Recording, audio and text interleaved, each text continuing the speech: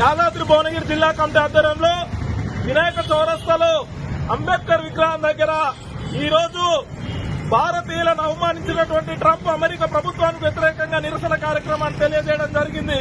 ఈ రోజు భారతదేశంలో ఉన్నటువంటి నిరుద్యోగ యువత ఉద్యోగ ఉపాధి అవకాశాల కోసం అమెరికాకు పోయి ఉద్యోగ ఉపాధి చేయాలని చెప్పేసి ఏజెంట్ల మాయలో పడి 40 లక్షలు 50 లక్షలు లక్షలాది రూపాయలని ఖర్చు పెట్టి అమెరికాకు వెళ్లిన సందర్భంలో ఏజెంట్లు చేసిన మోసానికి ఈ రోజు భారతీయుల్ని అక్రమ వలసదారులు అని చెప్పేసి పేరుతోని అన్యాయంగా వారికి సంఖ్యలు వేసి ఈ 143 కోట్ల భారతీయులను అవమానపరిచే విధంగా ట్రంప్ ప్రభుత్వం వ్యవహరించడాన్ని తీవ్రంగా ఖండిస్తా ఉన్నాం.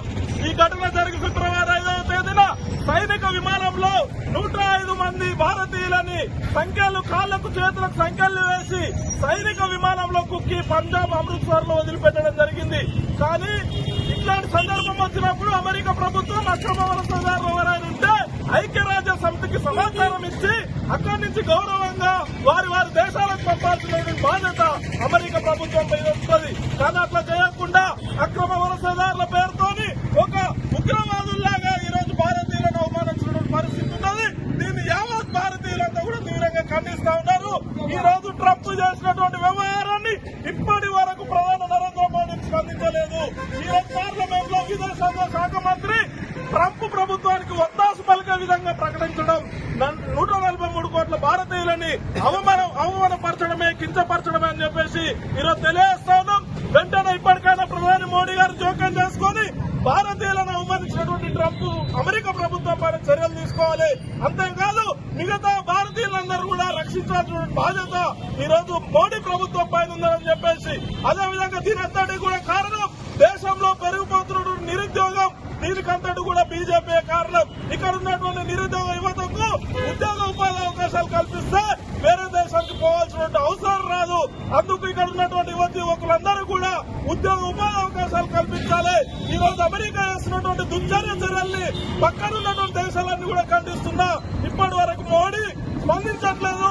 ఇది సిగ్గుచేటు. వెంటనే నరేంద్ర మోడీ గారు ఒక ప్రధానమంత్రి బాధ్యతమైనటువంటి పదవిలో ఉన్నారు. మీరు వెంటనే స్పందించాలి. భారతీయులకు జరిగినటువంటి అవమానాన్ని ఖండించాలని చెప్పేసి ఈ రోజు మేము డిమాండ్ చేస్తా ఉన్నాం. జిల్లా కమిటీ ఆధ్వర్యంలో ఏదైతే అమెరికన్లో ఉన్నటువంటి భారతీయులను ఉగ్రవాదులుగా చిత్రీకరించి అక్కడ ఉన్నటువంటి ఏదైతే ట్రంప్ ప్రభుత్వం ఉన్నదో ఇలా వలసదారుల పేరుతోటి వారి మీద సంఖ్యలేసి ఇలా సైనిక విమానాలలో ఇలా భారతదేశానికి పంపుతున్నటువంటి పరిస్థితి మనం ప్రత్యక్షంగా చూస్తున్నాం. ఏదైతే ఇలా కార్గిల్లో మరిచినటువంటి వీరుల్ని ప్రయాణం చేసే సైనిక విమానాలలో ఇలా వలసదారులుగా వెళ్లినటువంటి భారతీయుల్ని అక్రమంగా ఇలా అక్రమ వలసదారుల పేరుతోటి ఈ రకంగా పంపించడం అనేది ఇలా అమెరికన్ సామ్రాజ్యవాద కుట్రకు ఇలా ప్రత్యక్ష సాక్షిగా కనిపిస్తుందనేది మనం అర్థం చేసుకోవచ్చు. అదే కాకుండా భారత ప్రధాని రేపు 12 తారీఖు నాడు మళ్లీ అమెరికా చైనా దేశాలకు పోతున్నటువంటి పరిస్థితి ఉన్నది. ఏ ముఖం పెట్టుకుని ఇలా మళ్లీ అమెరికాకు పోతున్నామని చెప్పేసి ఈ సందర్భంగా ఇలా ప్రధాని నరేంద్ర మోడీని అడుగుతా ఉన్నాం మేము. కాబట్టి ఇలా రాయబారాలు దేశ విదేశాలతో రాయబారాలు కాదు, భారతీయ యువకులకి ఇలా అవమానం జరిగింది. యువకునికి భారతీయ యువకునికి అవమానం జరిగితే యావత్ భారతదేశానికి అవమానం జరిగినట్టే. కనీసం ప్రధాని బాధ్యతలలో ఉండి ఇలా ట్రంప్ చేసినటువంటి దుర్చర్య మీద కనీసం ఖండనీయనటువంటి సిగ్గుచేటైనటువంటి చర్య నరేంద్ర మోడీ వ్యవహార శైలిలో కనిపిస్తుంది.